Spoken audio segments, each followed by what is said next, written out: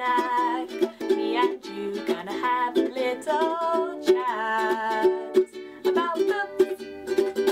Hi guys, so today I'm going to be doing a book review, and the book that I'm going to be reviewing is The Republic of Thieves by Scott Lynch. This is book 3 in the Gentleman Bastard series, which starts with The Lies of Locke'S and is followed by Red Seas Under Red Skies. So this is the third one, and let's just jump into the review.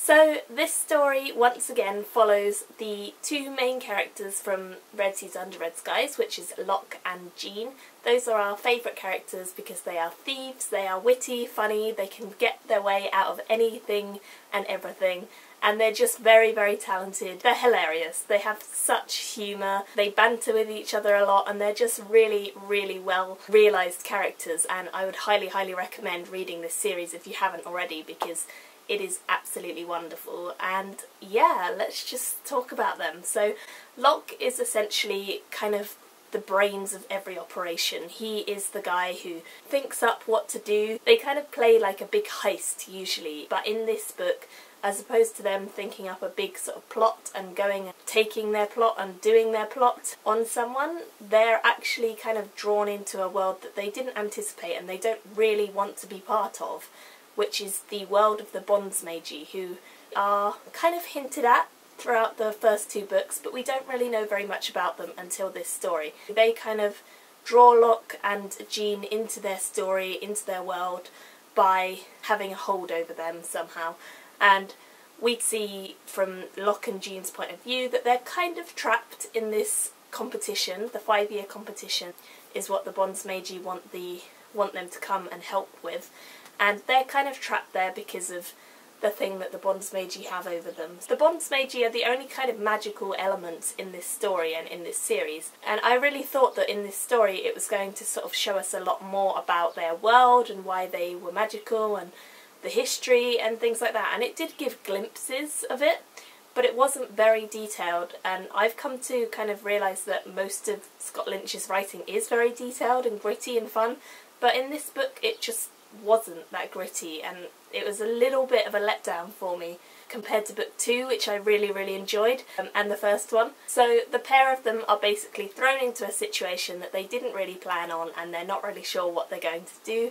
but they have to compete in the 5-year war, which is, it's like an election essentially for the Bondsmagi,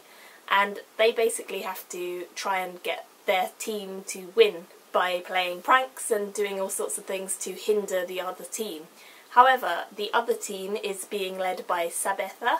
who is Locke's love interest. We've heard a lot about her in the first 2 books, but we don't really know anything about her. We've heard how much Locke likes her, and we've heard that he wants to get back with her, but we really don't know what kind of happened to her. We don't know why she left and why they haven't seen each other for ages if they're supposed to be so in love. But actually in this story we do learn a lot about her because she is the rival team and she is just as clever, just as witty as Locke is, so obviously the competition heats up quite quickly and the two of them are trying to outmaneuver one another, and it's very interesting. I definitely enjoyed the kind of aspects of the 5-year game for that reason, when they're trying to outdo one another and outshine one another, because their tricks and their plots that they come up with are all very entertaining, very funny, and a lot of them are very clever and just trick the other team very, very well. The problem that I had with this book was that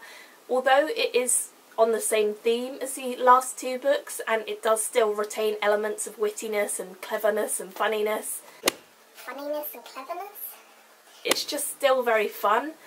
It wasn't as detailed and in-depth and exciting as the first 2, because this kind of devolved into more of a love story than an actual kind of plot for thieves, which was a little bit of a shame. I really enjoyed seeing Sabetha at the start because I thought that she was really interesting and I thought that we learned quite a lot about her very quickly, but she did some things in this story which I found questionable, and I wasn't sure that I would have done them in her situation,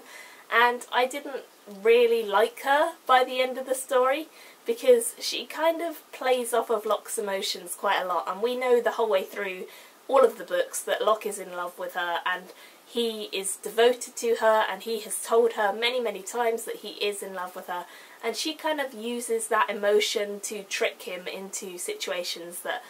he couldn't really have foreseen because he believed that she was being genuine. And I did have a bit of an issue with that because I didn't really like the way that she acted towards him and kind of led him on and then kind of took 2 steps back. There were things that he was saying to her that I thought were very genuine and lovely, and she didn't seem to realise, so she seemed a little bit irritating and a little bit annoying, but she was still a really well-refined and exciting character because she is very similar to Locke, and if you love Locke then you're probably going to like her for her mind. She is very clever, very cunning, and she's essentially like a female version of Locke, which I suppose explains why they don't always get along and see eye to eye. So yeah, but on the whole she was a decent character, but she did do some things that I perhaps would not agree with personally. So this story is once again like book 1, told in 2 different time zones. We have the present day storyline, which is all about the 5-year war which they're competing in, and then we have a kind of backstory, a past storyline that is all about the Republic of Thieves, hence the cover. And that storyline is all about when they were younger, when they're all together in the Gentleman Bastards Thief Guild, I suppose, and they are all together and they all get sent off to go and be part of the play The Republic of Thieves, and of course all sorts of madness ensues whilst they're there, which means that it's very exciting and very fun. I personally found the backstory, the past storyline, to be more interesting because quite a lot of action happened in that one, and although I did like the tit-for-tat arguments that they were having over the 5-year war, I didn't particularly like the love story going on there, whereas I felt like the love story that was going on in the past storyline was actually very interesting and a lot more believable. So yeah, I enjoyed that a lot more, and I felt like seeing the whole gang together again was just really lovely because yeah, it was just a really enjoyable part of the book. So I'm very glad that Scott Lynch returned to that kind of dual narrative, and I really enjoyed that because that was definitely something that gave me a glimpse back into the history and kind of explained how they had come to that point that they're now at, and it was very interesting. I would have liked to see a little bit more about Sabitha and why she actually isn't a part of their lives and how that kind of came to be, because that's kind of the in-between of the past storyline and the present storyline, so we don't really find that out, but I'm sure in the future books it might be explained, so we'll just have to wait and see. On the whole, I still really rate this book, even though I did have a few criticisms of this one compared to the other 2. I still think it's an absolutely wonderful story, and I do think that Scott Lynch is still one of my favourite writers. He's definitely an absolute wonder with writing. His characters are so well realised and so believable and gritty and exciting, and the plots that they get thrown into are still really enjoyable to read about. Even though this one was not quite on the same level, it's still a really good book, and I did end up giving it a 4-star rating, so it is still a really good read, and I would still recommend this series.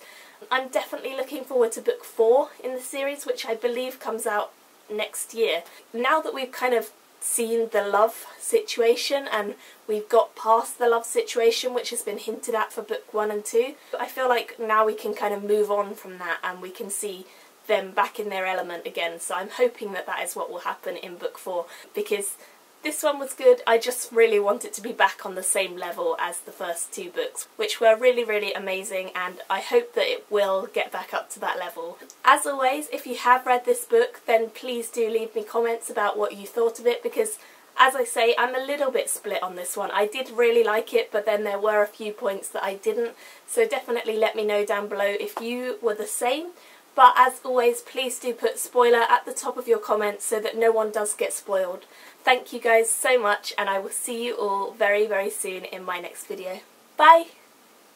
Me and you gonna have a little chat about the